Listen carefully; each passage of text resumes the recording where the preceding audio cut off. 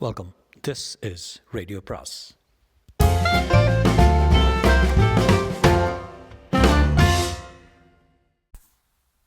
அனைவருக்கும் அன்பு வணக்கம். ராக்கி ரங்கராஜரின் கோஸ்ட் அத்தியாயம் 32. பதற்றப்படாத ராஜா, நிதானமாக போ. ஏன் இப்படி ஓடுற? கடவுள் கிருபையால் எல்லாம் நல்லபடி நடக்கும், மெதுவாக போ சொல்லிக்கொண்டே என் பின்னால் வந்து கொண்டிருந்தான் நரேஷ். ஆனால் என்னால் என்னை கட்டுப்படுத்தி கொள்ள முடியவில்லை. எந்த அறையில் என் மகனின் படுக்கை இருந்தது என்பதை கூட மறந்தவனாக ஆஸ்பத்திரி பூராவும் பைத்தியம் பிடித்தவன் போல ஓடினேன். 2-3 நாட்களாக மந்திராலயத்தில் பெற்றிருந்த மன அமைதி முற்றிலுமாக மறைந்துவிட்டது. சீனு சீனு சீனு என்று புலம்பிக் கொண்டே அலைந்தேன். நரீஷ் தான் நிதானத்துடன் நர்ஸுகளையும் டாக்டர்களையும் விசாரித்து வார்டை கண்டுபிடித்தான். என்னையும் கைப்பிடித்து கொண்டு மெதுவை அழைத்துச் சென்றான். வார்டுக்கு வெளியே நின்றிருந்த என் மனைவியை பார்த்ததுமே எனக்கு விளங்கிவிட்டது. பயந்ததே நடந்து விட்டது என்று. என்னை கண்டதும் ஜெகதா ஓடி வந்து என்னை கட்டிக்கொண்டு சத்தமில்லாமல் விம்மியதும் மிச்சமிருந்த சந்தேகமும் போய்விட்டது. நம்ம குழந்தை பிழைச்சிட்டான், ஆனால் கையை அவளுக்கு பேச்சு திணறியது. அவளை விலக்கி கொண்டு என் கண்களையும் துடைத்து கொண்டு மனத்தை கல்லாக்கி கொண்டு வார்டுக்குள் நுழைந்தேன். கழுத்து வரை போர்த்து கொண்டு சீனு படுத்திருந்தான். நல்ல பிரக்ஞையுடன் இருந்தான். என்னை பார்த்ததும் மெல்லிய புன்னகை வெளிப்பட்டது. தைரியசாலியான பையன் எப்படிப்பட்ட கஷ்டத்தை மனோதிடத்துடன் தாங்கிக் கொண்டிருக்கிறான். அவனை மகனாக பெற்றது குறித்து என் உள்ளத்தில் பெருமை ஏற்பட்டது. பக்கத்தில் போய் உட்கார்ந்தேன். ஒன்றும் பேச தோன்றவில்லை. அவன் முகத்தை வருடி கொடுத்தேன். குனிந்து நெற்றியில் முத்தமிட்டேன். பார்க்க வேண்டாமா என்று மெல்ல சிரித்த வண்ணமே கேட்டான் சீனு. பக்கத்தில் நின்றிருந்த அவன் அம்மா, வேண்டாம்டா சீனு, வேண்டாம், அவருக்கு தாங்காது என்றாள். எப்படியும் ஒரு நாள் அவர் பார்க்கத்தானே வேணும் என்றவன் தன் இடது கையால் போர்வை விலக்கினான். வலது கை, கட்டிளங்காளையான அவனுடைய வலது கை துண்டிக்கப்பட்டு தோளுக்கு சற்று கீழே மொக்கையாக கட்டு போடப்பட்டிருந்தது. சீனு என்று அவன் மார்பு மீது விழுந்து நான் போட்ட சத்தத்தில் ஒரு நர்ஸ் ஓடி வந்து, ஷ், அப்படியெல்லாம் இங்கே கூச்ச போடக்கூடாது என்று அதட்டினாள். நரீஷ் என் தோளை தட்டி நிதானப்படுத்தினான். சீனு தன் இடது கையால் என் மணிக்கட்டை பற்றி கொண்டு புன்னகை செய்தான். நான் துயரத்தை அடக்க முடியாமல் வாயை கைக்குட்டையால் பொத்தி கொண்டு வெளியே வந்தேன். வெராந்தாவின் கைப்பிடி சுவரில் உட்கார்ந்து விசித்து அழுதேன். நரேஷ், மந்திராலயத்துக்கு வந்து அவ்வளோ வேண்டிக்கிட்டுனேன், அத்தனை பிரார்த்தனை செய்தனேன், கடைசியில் இப்படி ஆகிடுது பார்த்தியா என்று புலம்பினேன். ராஜா, அசல மாதிரி பேசாத, ஒரு விஷயம் சொல்கிறேன் கேளு. என் மாமா பிள்ளை ஒருத்தான் பிஏ பரீட்சையின் போது விழுந்து படித்தான். பகல் பாராமல் கண் விழித்தான், பரீட்சை எழுதினான், 2nd கிளாஸில் பாஸ் செய்தான். இவ்வளோ படித்து கடைசியில் 2nd கிளாஸ் ஆனால் அவன் புலம்பிய போது அவன் அப்பா என்ன சொன்னார் தெரியுமா? பைத்தியக்காரா, அவ்வளவு படித்தால் தான் 2nd கிளாஸாவது கிடச்சிது, இல்லாவிட்டால் 3ஆம் கிளாஸ் கிடச்சிருக்கோம், அல்லது ஃபெயிலே கூட ஆயிருக்கலாம் என்றார். அதே வார்த்தை தான் உனக்கும். மந்திராலயத்தில் பிரார்த்தனை செய்தால்தான் இத்தோட ஆபத்து நீங்கியதுன்னு நினச்சிக்கோ, இல்லாவிட்டால் இன்னும் என்ன விவரம் நடந்திருக்குமா என்றான். சிறிது சிறிதாக என் மனத்தை தேற்றிக்கொண்டேன். 2 நாளில் டிஸ்சார்ஜ் செய்து வீட்டுக்கு அனுப்பிவிட்டார்கள். நரேஷை, என்னோட கொஞ்ச நாள் தங்கிட்டு போகிறேன், நீ இருந்தால் மனசுக்கு தெம்பாக இருக்குது என்று நண்பனை கேட்டுக்கொண்டேன். ஜெகதாவும் அதை ஆமோதித்தாள். நானே சொல்ல வந்தேன், சென்னையில் சுற்றுப்புறத்தில் சில்லறை பல வேலைகள் இருக்கே, ஒரு மாதம் தங்க போகிறேன் என்றான் நரீஷ்.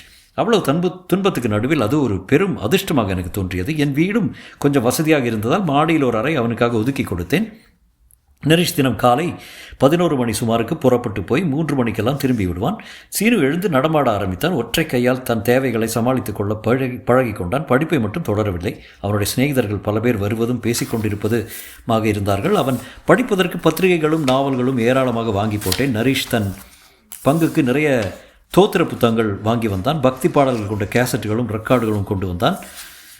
மாலை வேளையில் சீனுவின் அறையில் நாங்கள் எல்லாரும் சேர்ந்து உட்கார்ந்து அரட்டை அடித்து அவனுக்கு உற்சாகம் ஊட்டினோம். ராமு இறந்து போன மகத்தான துக்கம் எங்கள் மனத்தில் நிரம்பி இருந்த போதிலும் சீனுவின் எதிரே அதை காட்டிக்கொள்ளாமல் எச்சரிக்கையாக இருந்தோம். 10 நாள் சென்றது. திடீரென்று சீனுவிடம் ஒரு மாறுதல் தெரிய தொடங்கியது. முன்போல் அவன் சுரத்தாக இல்லை. கேட்ட கேள்விகளுக்கு பதில் சொல்லாமல் எங்கோ ஞாபகமாக இருந்தான். திடுதுப்பென்று அவன் அறைக்குள் நுழைந்தால் தன் மொக்கை கையை பார்த்தவாறே அவன் மௌனமாக உட்கார்ந்திருப்பது தெரிந்தது. நண்பர்கள் வந்தால் அதிகம் பேசவில்லை. ஆகவே அவர்கள் வருவதை குறைத்து கொண்டார்கள். இதை செய்து கொடுமா, அதை பண்ணி கொடுமா என்று விரும்பி கேட்டு சாப்பிட்டு வந்தவன் ஒரு முறைக்கு 4 முறை வற்புறுத்தினால்தான் சாப்பிட்டான். நரேஷை கவனிச்சியா என்ற என் நண்பனிடம், ஆமாம், ஏதோ ஒரு மாறுதல் ஏற்பட்டிருக்குது என்று அவனும் சொன்னான். ஆனால் என்ன மாறுதல், ஏன் ஏற்பட்டது என்று எங்களுக்கு விளங்கவில்லை. அன்று அவனுக்கு பிறந்த நாள். கோவிலுக்கு போய் அர்ச்சனை செய்துவிட்டு வரலாம் என்று நானும் என் மனைவியும் புறப்பட்டோம். சீனுவை கூப்பிட்டதற்கு தனக்கு களைப்பாக இருக்கிறது என்று சொல்லிவிட்டான். நரீஷ் தன் உறவினருக்கு சஷ்டி அப்த பூர்த்தி என்று மாம்பலம் போயிருந்தான். வீட்டை பார்த்து கொள்ளும்படி சீனுவிடம் சொல்லிவிட்டு நாங்கள் புறப்பட்டோம். ஆனால் அன்று கிருத்திகையும் சேர்ந்து வந்திருந்ததால் கோவிலில் ஏகப்பட்ட கூட்டமாக இருந்தது. அர்ச்சனைக்கு சீட்டு வாங்க அரை மணி நேரம் ஆகிவிட்டது. அர்ச்சனை முடிந்துவிட்டு வீடு திரும்ப மேலும் ஒரு மணி நேரம் ஆகும் போல் இருந்தது. எனக்கு மனசுக்குள் இனம் புரியாத ஒரு கலவரம் உண்டது. இருப்பு கொள்ளவில்லை. நீ இருந்த அர்ச்சனை முடிச்சுட்டு வா, நான் முன்னாடி போகிறேனே என்று மனைவியிடம் சொல்லிவிட்டு ஓட்டவும் நடையமாக வீட்டை அடைந்தேன். என்னவோ தோன்றியது. நேரே சீனுவின் அறையை அடைந்து மடால் என்று கதவை திறந்தேன். ஏதோ பெரிய விபரீதம் நிகழ்ந்திருக்கும் என்று எனக்கு தோன்றியதே காரணமானால் அப்படி எதுவும் நிகழவில்லை. சீனு தன் கட்டில் உட்கார்ந்திருந்தான். ஆனால் கதவு திறந்த உடனே சட்டென்று தன் இடது கையை அவன் மறைத்து கொண்டார் போல் இருந்தது. என்னது கையில் என்றேன். ஒன்றுமில்லை என்றான். காட்டு என்றேன். அதான் ஒன்றுமில்லைன்னு சொல்கிறேனே என்றான் மறுபடியும். அவனை நெருங்கி வலுக்கட்டாயமாக உள்ளங்கையை பிரித்தேன். 10-15 தூக்க மாத்திரைகள் இருந்தன. தினம் ஒன்று சாப்பிடும்படி டாக்டர் கொடுத்திருந்தவை. சீனு, என்னது, எதுக்காக இந்த மாத்திரைங்க என்றேன். அவன் திரு விழித்தான். உள்ளங்கை விரைத்து பார்த்து, தெரியலையே என்றான் சொப்பனத்தில் பேசுகிற மாதிரி. அவ்வளவு மாத்திரைகளையும் பறித்து ஜன்னலுக்கு வெளியே வீசி எறிந்தேன். சீனு என்னை கண் கொட்டாமல் பார்த்து கொண்டிருந்தான். தடுக்கவும் இல்லை, பேசவும் இல்லை. என் மனைவி திரும்பிய போது அவளிடம் இதை பற்றி நான் சொல்லவில்லை. இரவு நரீஷ் வந்ததும் அவனிடம் மட்டும் சொன்னேன். சரி, இனிமேல் அவனை தனியாக விட வேண்டாம், பகலெல்லாம் நீங்கள் இருங்க, இரவு நான் அவன் அறையில் படுத்துக்கிறேன் என்றான். அப்படியே செய்ய தொடங்கினோம். ஒரு வாரம் பொறுத்து ஒரு நாள் காலை நரீஷ் எழுந்ததுமே என்னிடம் வந்தான். அவன் கையில் நீளமான கெட்டியான மணிக்கயிறு இருந்தது. ராஜா, இதை நீ கொண்டு வந்தியா என்றான். இல்லையே, எங்கே இருந்தது? சீனுவின் கட்டில் கீழே இருந்தது. எப்படியோ நமக்கு தெரியாமல் வாங்கி வச்சுருக்கான் என்று நரீஷ் சொன்னதும் எனக்கு நரம்புகள் சில்லிட்டன. நரீஷ், நீ நீ நீ என்ன சொல்கிற என்றேன். மெதுவாக பேச. அன்னைக்கு தூக்க மாத்திரை, இன்றைக்கி தூக்க கயிறு. அவன் மனசில் தற்கொலை எண்ணம் உருவாயிட்டிருக்கு என்றான். நரீஷ், கத்தாத, உணர்ச்சி வசப்படாமல் இரு. இந்த எண்ணத்துக்கு ஆரம்பம் என்ன என்பதை கண்டுபிடிக்கணும். மூளையிலே அதை முறியெடுத்துடணும். பிறகு ஆபத்தில். நீ மனசை குழப்பிக்கலாத, நான் வழி கண்டுபிடிக்கிறேன் என்று நரீஷ் எனக்கு உறுதி கூறினான். இதற்கு பிறகு முன்னை விட இரட்டிப்பு கவனத்துடன் சீனுவை கண்காணித்து வந்தோம். நாளுக்கு நாள் அவனுடைய உற்சாகம் குறைந்து தன்னுள் தானே ஆழ்ந்தவனாகிவிட்டான். சாப்பாடு, தூக்கம் முதலியன சரியாக இல்லாததான் உடம்பும் மெலிய ஆரம்பித்தது. மேலும் ஒரு வாரம் சென்றது. சீனு, நான், நரீஷ் 3 பேரும் ஹாலில் டிவி பார்த்து கொண்டிருந்தோம். இரவு 8 மணி இருக்கும். சீனுவின் அம்மா ஒரு சிநேகிதிக்கு உடம்பு சரியில்லை என்று பார்க்க போயிருந்தாள். டிவியில் ஒரு நாடகம் நடந்து கொண்டிருந்தது. அது அண்ணன் தம்பி பற்றிய நாடகம் என்பதை கூட கவனிக்காமல் நாங்கள் சீனுவின் முகத்தையே பார்த்து கொண்டிருந்தோம்.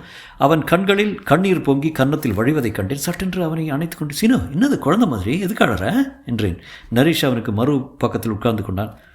தினம் நான் தூங்குற போது ராமு வர்றான்ப்பா என்றான் சீனு.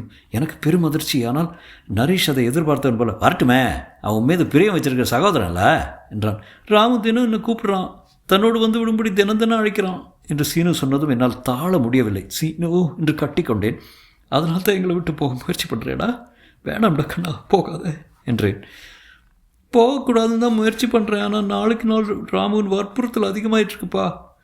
சரி சரி, அலட்டிக்கொள்ளாதே என்று சீனுவை அணைத்து கொண்டு அவன் படுக்கைக்கு அழைத்து சென்றான் நரீஷ். கொஞ்ச நேரம் பக்கத்திலே இருந்து அவன் தூங்கிய பிறகு வெளியே வந்தான். நரீஷ், இதை எப்படி சமாளிக்கிறதுடா என்று பதறினேன். ஒரே நல்ல மீடியம் கிடைச்சா ராமுவிடம் பேசலாமே என்றான் நரீஷ். மீடியமா? ஆமாம், மீடியம். திருப்பி சொன்னவன் மேலே சுழன்று கொண்டிருந்த மின்சார விசிறியை நிறுத்தினான். இப்போது விசிறியின் பிளேடுகள், சிறகுகள் உனக்கு நல்லா தெரியுது இல்லையா என்றான். நான் எதுவும் புரியாமல், ஆமாம் 3 சிறகு இருக்கே என்றேன். சுவிட்சை போட்டு ஆன் செய்து ஒன்றாம் எண்ணில் நிறுத்தினான். இப்போ 3 தனித்தனியாக தெரியுறதா என்றான். கொஞ்சம் கலந்து தெரியுது என்றேன். 2, 3, 4, 5 ரெகுலேட்டரை தள்ளினான். விசிறி மிக வேகமாக சுழல ஆரம்பித்தது. இப்போ தனித்தனியாக தெரியல, ஒரு மொத்தையாக தான் தெரியுது என்றேன். காரணம், உன் கண்ணின் சக்தியும் விசிறியின் வேகமும் ஒன்றாயில்லை. அதாவது 2ம் ஒரே வேவ் லெங்கில் இல்லை. ஆகவே தனித்தனியாக தெரியல. பெரும்பாலருக்கு அப்படித்தான். ஆனால் வேறு சிலருக்கு கண்ணின் சக்தி விசிறியின் எத்தனை வேகத்தையும் சமாளித்து தனித்தனியாக சிறகுகளை காண முடியும். எதுக்கு இதெல்லாம் சொல்கிற நீ என்றேன். சூட்சமமான பல சக்திகள் இப்படித்தான். சராசரி மனிதராகிய நமக்கு புலப்படாத சில உருவங்கள், சில தோற்றங்கள் வேறு சிலருக்கு புலப்படும். அவர்கள் அந்த தோற்றத்தோடு பேசக்கூடியவர்களாக இருப்பார்கள். நான் சிலரை அழைச்சி வர்றேன். அவர்கள் யாருக்கேனும் அந்த சூட்சம அறிவு இருந்தால் இறந்து போன ராமுடன் நம்ம பேச முடியும், பேசி அவன் நோக்கத்தையும் அறிய முடியும் என்றான் நரீஷ். கோஸ்ட் என்றா சொல்கிற என்றேன் நரீஷிடம். அத்தியாயம் 33. ஒரு வகையில் கோஸ்ட் தான், ஆனால் அப்படி பச்சையாக சொல்லலை. மீடியம் என்பார்கள். ஆவி என்று சொல்வதுண்டு. இறந்தவர்களுடன் நேருக்கு நேர் பேசுவதன் மூலம் பல பிரச்சனைகளை தீர்த்து கொள்ளலாம். அதுதான் நமக்கு வழி என்றான் நரீஷ். நான் வாயடைத்து போனேன். துங்கபத்ரா நதிக்கரையில் ராகவேந்திர சுவாமிகளின் திருத்தலத்தில் நரீஷ் அடுக்கடுக்காக சொன்ன கதைகள் எனக்கு நினைவு வந்தன. நமக்கு சம்பந்தமில்லை என்னும்போது எவ்வளோ ஆர்வமாக ஆசையாக அதையெல்லாம் கேட்டுக்கொண்டிருந்தேன். அதே கோஸ்ட்டுகள், பிசாசுகள், ஆவிகள், மீடியம்கள் என் வாழ்க்கையில் விளையாடுகின்றன என்பது என் மனம் என்ன பதைக்கின்றது. என் மௌனத்தை கண்ட நரீஷ், ஏன் உனக்கு நம்பிக்கை ஏற்பட மாட்டேங்குதா என்று கேட்டான். நம்பிக்கை இல்லாமல் இல்லை, அந்த கோர பரிசோதனைகளை நாமும் செய்ய வேண்டுமென்று தயக்கமாக இருக்கு என்றேன். சரி விட்டுரு, என்றான் அவன் கோபத்துடன். ஆனால் நான் அப்பட்டவன் சொல்கிறேன்னா வருத்தப்படாது. நீங்கள் விரைவிலேயே ராமுவை பறி கொடுத்த மாதிரி சீனுவையும் பறி கொடுக்க நேரிடும். இஷ்டம் தானா? நரேஷ், பதற்றப்படாத. இறந்து போன ராமுடன் பேசி சீனுவுக்கு தீங்கு நேராதபடி பார்த்துக்கொள்ளலாம். நம்பிக்கையுடன் என்றான் அவன். 2 நாள் மனத்தை குழப்பிக்கொண்டு ஒன்றும் செய்யாமல் இருந்தேன். 3ஆம் நாள் ஒரு உறவினர் வீட்டுக்கு துக்கம் விசாரிக்க போக வேண்டியிருந்தது. அவர்களுடைய ஒரே மகன் பள்ளி மாணவன் 30 தோழர்களுடன் வடக்கே உல்லாச பிரயாணமாக சென்றவன் கங்கையில் மூழ்கி இறங்கிவிட்டான். அந்த பெற்றோர் அழுத அழுகையும் புலம்பிய புலம்பலும் என்னை ஒரு உலுக்கின. இன்னொரு முறை இதே போன்ற துக்கத்தை தாங்கிக் கொள்ள என்னால் முடியவே முடியாது என்று உறுதியாக புரிந்து கொண்டேன். வீடு திரும்பியதும் நரேஷ், சரி நீ என்ன செய்யணும்னு நினைக்கிறையோ அப்படியே செய்ய அனுமதி தந்தேன். உனக்கு தெரிந்த உறவினர்களை, சிநேகிதர்களை 8 பேரை அழைச்சிட்டு வா. ஆண்களும் இருக்கலாம், பெண்களும் இருக்கலாம். 5 பேரை நான் பார்த்து தேர்ந்தெடுத்துக்கிறேன் என்றான் நரேஷ். மறுநாளை பலரிடம் சொல்லி அழைத்து வந்தேன். நரேஷ் என்ன பரீட்சை பண்ணினான் என்று எனக்கு புரியவில்லை. கையில் விசித்திரமான தாயத்து கட்டி கொண்டிருப்பவன் அவன். ஆவிகள் பேய்கள் பற்றி நிறைய படித்திருப்பவன், நேரில் கண்டிருப்பவன். அவனுக்குள் என்னென்ன சக்தி இருக்கிறதோ எனக்கு எப்படி தெரியும்? அவர்களின் கண்களை உற்று பார்த்தான். நீங்கள் இருங்க என்று சிலரை ஏற்றுக்கொண்டான். நீங்கள் வேண்டாம் என்று சிலரை ஒதுக்கி விட்டான். கடைசியில் 5 பேர் தேர்ந்தெடுக்கப்பட்டார்கள். ஞாயிற்றுக்கிழமை காலை தயவு பண்ணி இங்கே வந்துருங்க என்று விடை கொடுத்து அனுப்பினான். என் மனைவி ஜெகதாவிடம் நான் சுருக்கமாக சொன்னேன். முதலில் சிறிது கலவரப்பட்டு பிறகு சமாதானமானாள். சீனுவிடம் எதுவும் சொல்லவில்லை. ஞாயிற்றுக்கிழமை காலை அவன் தன் சிநேகிதன் ஒருவனை பார்க்க பல்லாவரம் போகிறேன் என்றான். போய் வா என்று அனுமதி கொடுத்தேன். காலை 9 மணிக்கு மாடி அறையில் டைனிங் டேபிளை கொண்டு போய் போட்டான் நரேஷ். அதை சுற்றிலும் 5 நாற்காலிகளை வைத்தான். எங்கள் இருவருக்கும் அறையின் மூலையில் 2 நாற்காலிகளை போட்டான். ஜன்னல் கதவுகளை சாத்தினான். பக்கத்தில் இருந்த வேப்ப மரத்திலிருந்து மெல்லிய காற்று வந்து கொண்டிருந்தது. தெருவின் ஓசைகள் மாடியை எட்டவில்லை. என் உள்ளத்தில் ஒரு வினோதமான படபடப்பு உண்டாகியிருந்தது. அவன் மௌனமாக காரியங்கள் செய்ய செய்ய அந்த படபடப்பு அதிகரித்தது. ஒவ்வொருவராக அழைக்கப்பட்டிருந்தவர்கள் வந்தார்கள். அவர்களுக்கும் இது புதிய அனுபவம். நரேஷ் என்ன செய்ய போகிறான், என்ன நடக்கப் போகிறது என்பதை பற்றி அவர்களும் திட்டவட்டமான ஐடியா இருக்கவில்லை. என்னை கேட்டார்கள். எல்லாம் அவன் பொறுப்பு என்று சொல்லிவிட்டேன். 5 பேரையும் கூட்டி வைத்துக்கொண்டு நரேஷ் பேசினான். ஆயுளுடன் பேசுவது என்பது எல்லாரோடும் முடிகிற காரியம் இல்லை. அதுக்கு ஒரு தனியான சக்தி, தனியான தன்மை இருக்க வேண்டும். அது உங்கள் ஊரிடத்துலும் இருக்குது. நீங்கள் கூட்டாக சேரும்போது நிச்சயம் பலன் கிடைக்கும். பள்ளிக்கூட குழந்தைகளுக்கு வாத்தியார் சொல்வது போல் அவன் பேசியது அவர்கள் முகத்தில் முறுவலை தோற்றுவித்தது. முந்தின தினமே அவன் மெழுகு வாங்கி வைத்திருந்தான். துண்டு துண்டாக வெட்டி ஒவ்வொரு காலின் கீழும் அவைகளை அடைத்தான். அதாவது நாற்காலிகள் பூமியை நேரடியாக தொடாமல் இன்சுலேஷன் போட்ட மாதிரி இருந்தது. பிறகு அவர்களை இப்படி வாருங்க என்று வெராந்தாவில் வெயிலுக்கு அழைத்தான். அண்ணாந்து சூரியனை பார்த்தவாறு நிற்கும்படி சொன்னான். நான் சொல்கிறத சொல்லுங்கள் என்று கூறி, இங்கே எந்த நோக்கத்துடன் வந்திருக்கிறோமோ அந்த நோக்கம்தான் எங்களுக்கு பெரிது. எங்களுடைய சொந்த கவலைகளையும் சொந்த பிரச்சனைகளையும் இங்கே வெளியிலேயே விட்டு விடுகிறோம் என்று சொல்ல செய்தான். அறைக்குள் சென்று மேஜையை சுற்றி அவர்கள் உட்கார்ந்து கொண்டார்கள். அறைக்கதவை சாத்தியதும் உள்ளே முழு இருட்டு பரவியது. ஆனாலும் பகல் வேளையாகியால் லேசான வெளிச்சம் தெரியாமல் இல்லை. அறையின் மூலையில் போடப்பட்டிருந்த 2 நாற்காலிகளில் ஒன்றில் என்னை உட்காரச் சொல்லி மற்றதில் தான் உட்கார்ந்தான். இப்போது நாம் செய்ய போகிறது கேலியோ விளையாட்டோ அல்ல. இதுவரை நீங்கள் அறிந்திராத உணர்ந்திராத ஒரு புது அனுபவம் உங்களுக்கு ஏற்பட போகிறது. அப்படி ஏற்பட வேண்டும் என்ற ஆசையும் ஏற்படும் என்ற நம்பிக்கையும் உங்கள் மனசில் உதிக்கணும். ஒரு வினாடி கடவுளோன்னு அதுக்காக வேண்டிக்குங்க என்றான் நரேஷ். அந்த வினாடி முடிந்ததும் அவர்கள் கைகளை மேஜை மீது வைத்துக்கொள்ள சொன்னான். விரல்களை பிரித்த மாதிரி உள்ளங்கைகள் மேஜையில் நன்கு படும்படி பரத்தி வைத்து கொண்டார்கள்.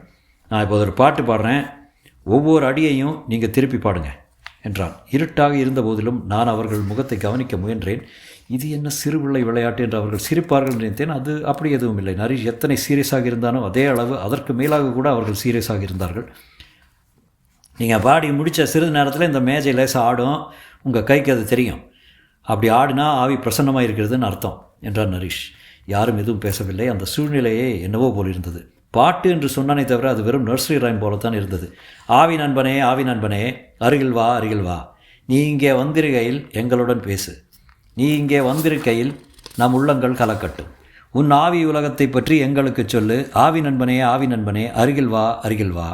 எங்கள் இதயத்தை நெருங்கி வா. எங்கள் ஆன்மாவின் ரகசியங்களை அருகில் இருந்து படி. உன்னுடைய நல்ல உள்ளம் எங்கள் உள்ளங்களை ஆளட்டும். ஒவ்வொரு அடியாக நரேஷ் சொல்ல சொல்ல அவர்கள் கோரஸாக அதை பாடி முடித்தார்கள். பின்னர் ஆழ்ந்த மௌனம். 1 நிமிடம், 2 நிமிடம், 3 நிமிடம் ஆயிற்று. இது வீண் முயற்சியாக முடியுமோ என்று நான் எண்ணத் தொடங்கிய வேளையில் யாரோ என்று ஒரு மெல்லிய வியப்பு கூச்சலை வெளிப்படுத்தினார்கள். பென்சிலால் மேஜையில் தாளம் போடுவது போல டக டக டகவென்று மேஜை தரையில் மெல்ல ஆடுவது துல்லியமாக கேட்டது. அதே சமயம் மேஜையில் எனக்கு நேரே உட்கார்ந்திருந்த பெண்ணின் பின்னால் மசமசவென்று ஒரு உருவம் புலப்படுவதைக் கண்டேன். கதவை திறந்து கொண்டு அது நுழைந்ததாகவோ ஜன்னல் வழியை பிரவேசித்ததாகவோ தெரியவில்லை. அவளுடைய நாற்காலின் அடியில் இருந்து குபுக்கென்று எழுந்த மாதிரி இருந்தது. நமக்கு தெரியாமல் தண்ணீருக்கு அடியில் மூழ்கி இருந்தவன் திடீரென்று மேலே தலையை நீட்டினால் எப்படி இருக்குமோ அதுபோல. இப்போதும் யாரும் அது எதுவும் பேசவில்லை. அந்த மசமசத்த உருவம் சிறு சிறிதாக அடங்கி அந்த பெண்ணுக்குள் புகுந்து கொண்ட மாதிரி தோன்றியது. அவள் தலையை சுற்றி ஒரு மங்கலான வெளிச்ச வட்டம் தெரிந்ததை தவிர வேறு எதுவும் புலப்பட காணும். நான் மட்டுமல்ல, அறையிலிருந்த எல்லோரும் அந்த அதிசய உருவத்தை பார்த்தார்கள். என்னைப் போலவே எல்லோரும் பிரமிப்பினால் பேச்செழுந்து போனார்கள். நிசப்தத்தை முதலில் கலைத்தவன் நரீஷ் தான். ராமு, ராமு தானே நீ என்றான் நிதானமாக, அழுத்தமாக, பதட்டமில்லாத குரலில். ஆமாம், நான் ராமு தான் என்று பதில் வந்ததுமே நான் குபீர் என்று என் நாற்காலிலிருந்து துள்ளி எழுந்தேன். சட்டென என்னை அழுத்தி உட்கார்த்தினான் நரீஷ். என் தொண்டையிலிருந்து கிளம்பவிருந்த கூச்சலையும் வாயை பொத்தியதன் மூலம் அடக்கிவிட்டான். எந்தவித இடைஞ்சலும் ஏற்படக்கூடாது என்ற அவனுடைய எண்ணத்தை புரிந்து கொண்டேன்.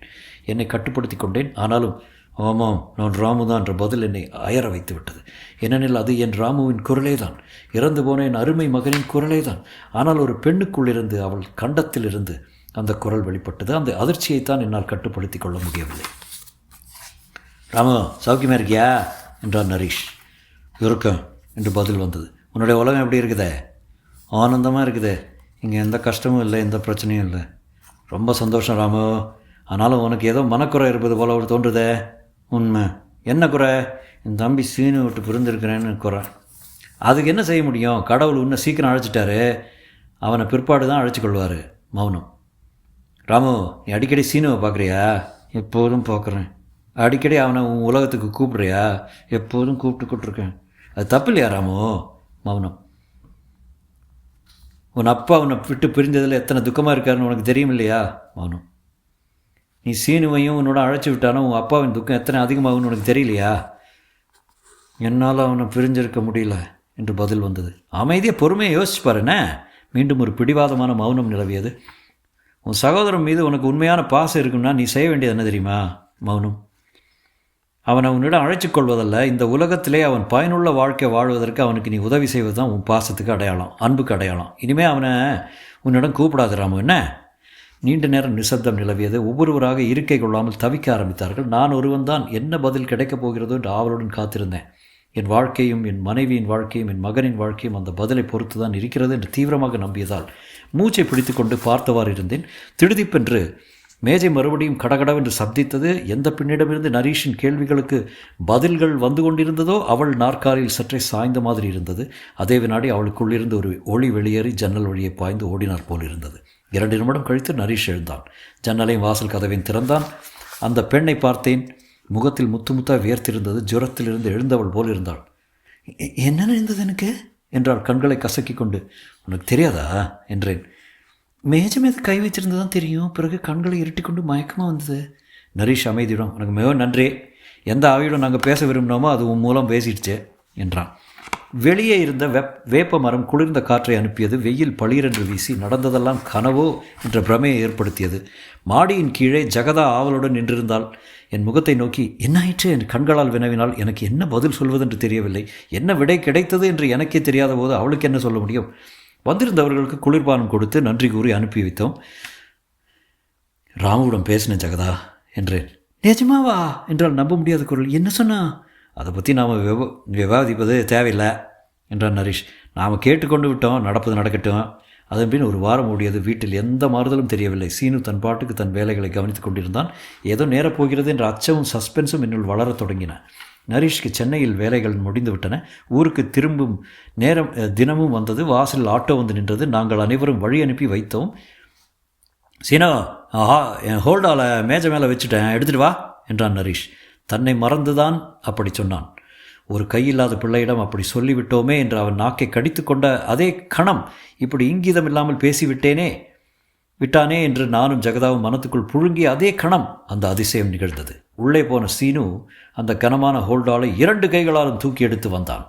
அதாவது வலது கை பிடித்திருந்தால் ஹோல்டால் எப்படி நிற்குமோ அதே போன்று சாயாமல் நேராயிருந்தது. சீனுவின் மொக்கை கையாகவே இருந்த போதிலும் எங்கள் கண்ணுக்கு தெரியாத இன்னொரு கை அங்கே ஹோல்டாலை தாங்கி பிடித்து கொண்டிருந்தது.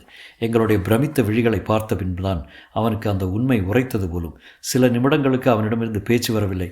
அப்பா வந்து யாரோ இங்கே இந்த தண்டை பக்கத்தில் எனக்காக பிடிச்சிட்டு இருக்கிற மாதிரி இருக்கு என்றான். ஆட்டோவில் உட்கார்ந்து விட்ட நரீஷ் இறங்கி வந்தான். யாரோ இல்லை சீனோ, அவன் ராமு, உன் அருமை சகோதரன். எங்கள் வேண்டுகோளுக்கு இணங்கி உன் வாழ்வை செம்மைப்படுத்த முன் வந்திருக்கிறான். இனி அவன் கரம் உனக்கு கரமாக வழங்கும்.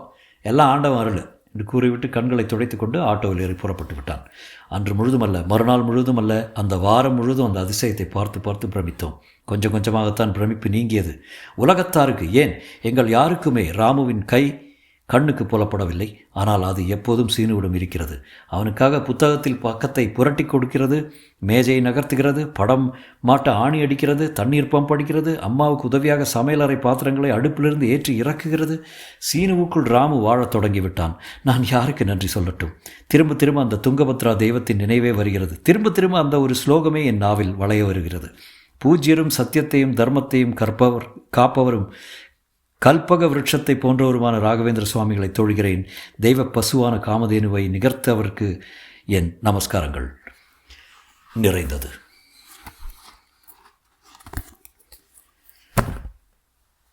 ஸோ இதோட அந்த ராக்கி ரங்கரானோட கோஸ்ட் நாவல் முடிஞ்சது. என்ன நினச்சிங்க இதை பற்றி? ஆப்வியஸ்லி என்னோடய சயின்டிஃபிக் மைண்ட் சொல்லுது இதெல்லாம் ஆப்வியஸ்லி கதை தான்.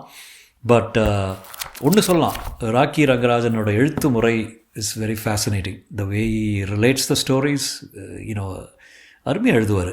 அது இட் கீப்ஸ் மீ ரீடிங் அல்லவா, அருமையாக எழுது.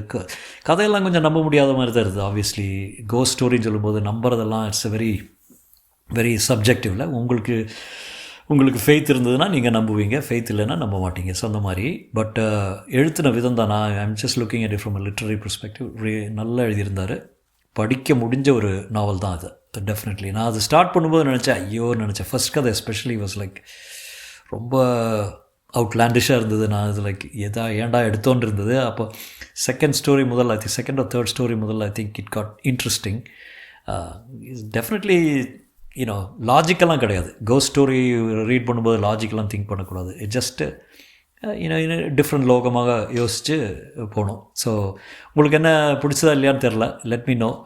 இதோட கோஸ்ட் முடிஞ்சது. நாளைக்கு சர்ப்ரைசிங்காக ஐ வில் ஸ்டார்ட். உங்களுக்கு ஞாபகமே தெரில சில பேருக்கு. நான் ஒரு வசந்த்னு ஒரு சுஜாதாவோட நாவல் படித்தேன்ல. I had a really bad PDF print. அதனால் நிறைய மிஸ்டேக்ஸ் பண்ணேன். I got comments from people that it was terrible. நான் ஒரு நாள் சொல்லியிருந்தேன் தட் ஐ வாண்ட் ரீரீட் இட்னு. Now I got a better PDF. So நான் I am probably gonna start that from tomorrow. Sujatha story இருக்கும்போது வேறெல்லாம் இதுக்கு இல்லையா? ஸோ எனிவே, மீண்டும் சந்திக்கும் வரை வணக்கம் கூறி விடைபெறுகிறேன். நன்றி.